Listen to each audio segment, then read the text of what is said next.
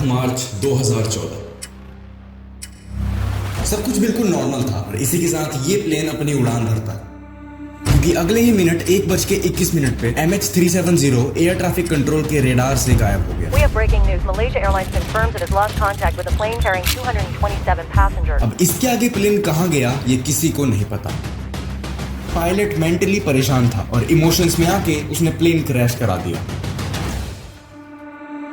8 मार्च 2014 सुबह के 12:41 Kuala Lumpur international airport. इस एयरपोर्ट के रनवे पर एक बोइंग 777 प्लेन खड़ा था जिसका नाम फ्लाइट MH370 था।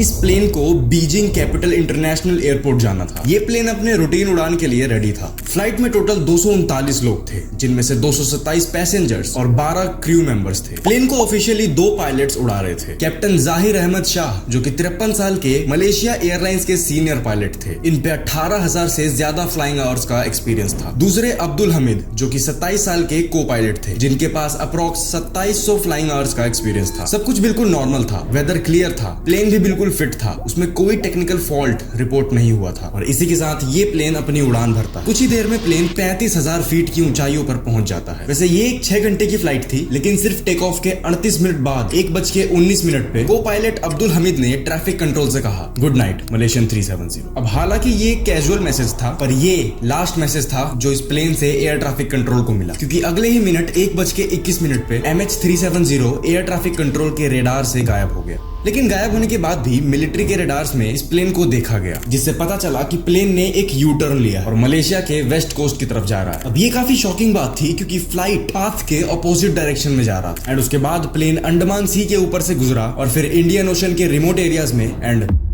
अब ये प्लेन मिलिट्री के रेडार से भी गायब हो चुका था